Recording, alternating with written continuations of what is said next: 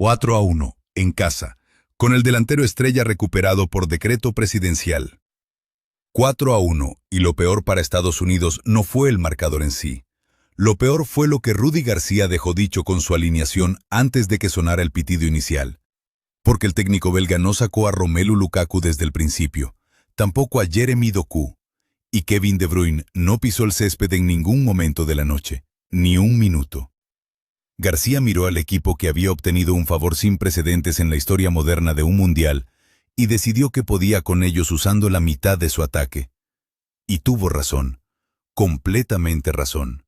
Eso es lo que tiene que arder esta mañana en los vestuarios americanos. Ni siquiera merecían el esfuerzo completo. Pero esta historia no empieza en Seattle, empieza con una tarjeta roja, un teléfono y un hombre que confunde el fútbol con una negociación inmobiliaria. En el partido anterior, contra Bosnia, el delantero Folarin Balogun recibió una expulsión directa por una pisada que la mayoría de quienes la vieron, siendo honestos, consideraron desproporcionada. Dura, sí, quizás injusta en la proporción, pero una roja lleva sanción automática de un partido. Es una de las normas más asentadas del fútbol internacional, con más de medio siglo intacta. No hay debate ordinario, no hay recurso, no hay vuelta de hoja. Es el fútbol. Siempre ha sido así. Hasta ahora. Porque Donald Trump cogió el teléfono y llamó a Gianni Infantino, presidente de la FIFA. Y días después, el máximo organismo del fútbol mundial sacó de un cajón una cláusula tan oscura que nadie la había aplicado jamás en un mundial, y con esa cláusula suspendió la sanción durante un año. Balogun podía jugar contra Bélgica. Trump fue a sus redes sociales y escribió, sin el menor pudor, «Gracias a la FIFA por hacer lo correcto y revertir una gran injusticia». Sin subtexto, sin eufemismos, solo eso. Y Bélgica, que directamente iba a enfrentarse a ese delantero liberado por arte de presidencia, intentó recurrir la decisión. La FIFA les respondió que no tenían legitimidad para hacerlo porque, según el organismo, Bélgica no era parte interesada en una decisión que determinaba directamente al rival que iban a enfrentar. Léelo otra vez, despacio. El equipo que juega contra él no es parte interesada.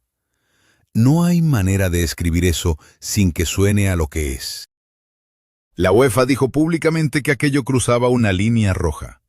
Un comisario de la Unión Europea salió a recordar que las decisiones deportivas corresponden a organismos deportivos, no a líderes políticos. Y la Confederación Brasileña de Fútbol tuvo que emitir un comunicado defendiendo la integridad de su árbitro, el brasileño Rafael Claus, después de que Trump lo llamara sospechoso en público por haber pitado la expulsión. Sospechoso. El árbitro, por hacer su trabajo. El escándalo se salió del fútbol y llegó a los parlamentos. Así llegó la noche del lunes a Seattle. Lumen Field, un estadio que llevaba 24 años esperando ver a su selección en unos cuartos de final. Los aficionados belgas coreaban FIFA Mafia en los aledaños. Gianni Infantino tomó asiento en su palco para ver el partido que había costado la credibilidad de su organización. Y Bélgica salió al campo absolutamente encendida. 9 minutos. Solo 9 minutos tardó Charles de Ketelaere en colarse como una sombra por donde nadie lo esperaba y tocar el balón a una portería vacía después de que la defensa americana fallara estrepitosamente un rechace dentro del área. 1-0. El estadio se quedó helado. Los americanos respondieron, y hay que reconocerlo. Malik Tillman igualó, y durante unos minutos Seattle creyó que el cuento de hadas seguía vivo. Balogun estaba en el campo, el hombre recuperado por decreto, y el guión parecía querer funcionar. Entonces de Ketelaere volvió a aparecer, esta vez en el aire, ganándole la posición al capitán americano Tim Ream, que con sus 38 años demostró que ninguna llamada presidencial añade centímetros de salto ni explosividad de arranque. La cabeza de Ketelaere encontró la red, 2-1, y lo que quedaba de impulso americano murió ahí mismo, en ese duelo aéreo perdido, sobre el césped de Lumen Field. Y entonces llegó el momento que convirtió la derrota en catástrofe. Matt Freese, el portero americano, Salió a despejar un balón largo belga, llegó primero, lo tuvo entre los pies, y en una acción que va a perseguirle en los archivos digitales durante años, se detuvo a mitad del despeje sin que nadie lo presionara. De Ketelaere le robó el balón, lo cedió a Hans Van Aken, y Van Aken empujó a una portería completamente vacía. 3-1. Un regalo, autoinfligido, delante de 80.000 personas y el mundo entero mirando cada repetición. Si este tipo de análisis, donde el fútbol y la política colisionan de la peor manera posible, ¿te parece lo que es? Suscríbete, porque esto que tienes delante es solo el aperitivo de lo que vienen siendo los cuartos de final de este mundial. En los últimos minutos, con el partido ya sentenciado, García sacó a Lukaku del banquillo. Solo para poner la firma. Para que no hubiera dudas sobre el mensaje. Lukaku marcó el cuarto, y su celebración, ese gesto con los brazos que se parecía sospechosamente al baile característico de cierto presidente americano, no fue un accidente. Lukaku sabía exactamente lo que hacía. El fútbol respondía con ironía a donde correspondía. Y la cuenta oficial de la selección belga publicó 2 palabras al pitido final. Overturn this. Reviértelo. Destilaba veneno calculado al milímetro. Piénsalo. García nunca sacó a Kevin De Bruyne, el mejor centrocampista belga de su generación, uno de los 5 mejores del mundo en su posición, vio los 90 minutos desde el banquillo porque el técnico simplemente no lo necesitó.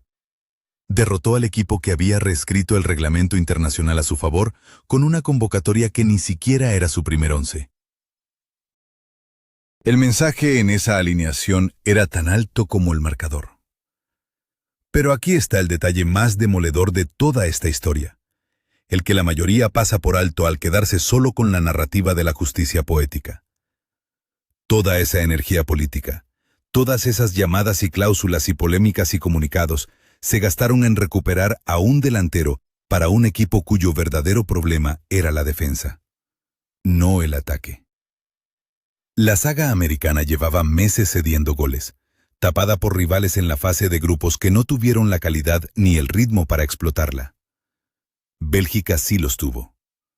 Rim perdió el duelo aéreo del 2-1. Fries regaló el 3. Ninguna cláusula de ningún reglamento arregla a un central que no gana su disputa. Ninguna llamada presidencial mantiene el balón fuera de la red. Movieron cielo y tierra para resolver el problema equivocado, y el problema real los devoró exactamente como cualquiera que hubiera mirado los números de la defensa americana podía haber predicho. El capitán belga, Yuri Tielemans, contó después que el equipo se reunió en cuanto saltó la noticia de Balogun. Se dijeron que hablarían en el campo. Nicolás Raskin, el centrocampista, lo resumió más directo y más duro. En la vida siempre hay justicia en algún sitio. Thibaut Courtois declaró que su equipo había sido faltado al respeto y que acababan de demostrar quién era mejor. Y podías entender perfectamente de dónde venía ese veneno, porque en los días previos el ambiente americano había derivado hacia algo parecido a la arrogancia. La sensación de que Bélgica era un trámite ahora que el favor estaba concedido. Courtois lo señaló sin rodeos. La gente decía que Estados Unidos podía ganarles fácilmente. El lunes, Bélgica respondió con un marcador que no deja espacio para la interpretación. Ningún espacio. El mundo reaccionó como si hubiera estado esperando exactamente eso. No era el placer culpable del tropiezo ajeno. Era la sensación de que el fútbol, ese que no entiende de teléfonos ni de cláusulas oscuras ni de declaraciones en redes sociales, acababa de afirmarse con una claridad brutal. Hasta Mary Trump, sobrina del presidente y una de sus críticas más implacables, escribió que él solo puede ganar si hace trampas. El comentario resonó porque encajaba demasiado bien con todo lo que el mundo había visto durante la semana previa. Infantino, el hombre que dobló su organización para complacer a la Casa Blanca, pasó la noche en su palco viendo ese favor desmoronarse en directo mientras las gradas cantaban Mafia. Su defensa pública de que a veces lee decisiones de sus propios comités y se sorprende no convenció a nadie que tuviera 2 dedos de frente. Gastó la credibilidad de la FIFA como si fuera papel mojado, y lo que compró fue un 4-1 en pantalla. Pero aquí está el giro que no esperabas. La FIFA podría estar, en secreto, aliviada. Piénsalo.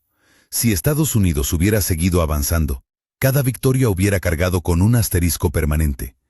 Cuartos, semis, la final. Cualquier éxito americano iba a venir envenenado por la pregunta de qué habría pasado sin el favor. En cambio, Bélgica les sacó del torneo con 4 goles y la narrativa más incómoda del Mundial desapareció en 90 minutos.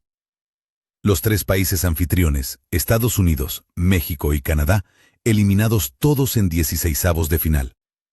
El torneo puede respirar.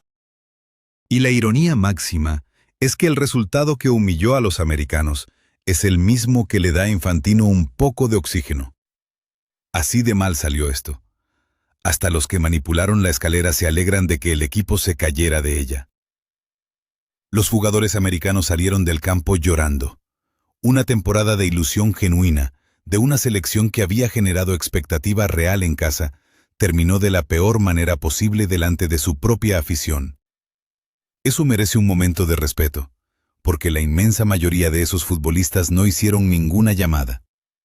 No eligieron ese contexto. Solo tuvieron que cargar con las consecuencias en público y delante de todo el mundo. El propio Balogun, por todos los testimonios, salió del partido con una clase enorme. Incluso habló con García después del pitido, y el técnico belga le dijo directamente que nada de lo ocurrido era culpa suya. Los jugadores no fueron los villanos de esta historia, pero fueron quienes pagaron la factura. Bélgica avanza a cuartos de final. El viernes, en Los Ángeles, frente a España. Un partido que ya de por sí sería enorme y que llega cargado de la confianza de quien acaba de demostrar que puede ganar con De Bruyne en el banquillo y con Lukaku de suplente durante más de 80 minutos. No tienen razones visibles para tener miedo de nadie en este torneo. Y la enseñanza que deja esta historia ya la conoce cualquier chico que haya pateado un balón en un patio de colegio. Puedes llamar. Puedes presionar. Puedes conseguir que reescriban el reglamento internacional en 48 horas. Pero no puedes telefonear una portería a cero. No puedes presionar la forma correcta de despejar un balón cuando ya lo tienes entre los pies y el rival se te echa encima. Cuando el balón rueda, nada de eso cuenta. Si intentas engañar al fútbol, el fútbol cobra. Ayer cobró. Con 4 goles. En casa. Delante del mundo. Ahora te pregunto directamente, y quiero tu respuesta ahí abajo en los comentarios. ¿La decisión de la FIFA de revertir la sanción de Balogun fue una manipulación vergonzosa sin precedentes en la historia de un mundial? ¿O hay alguna parte de ti que entiende el argumento de que la roja contra Bosnia fue excesiva y que el fondo del asunto tenía algo de razón? Porque yo tengo mi opinión muy clara esta noche. Escríbela abajo. Dale al like si esto te pareció lo que es y suscríbete porque los cuartos de final de este mundial van a necesitar exactamente este tipo de conversación. Y créeme, esto no ha hecho más que empezar.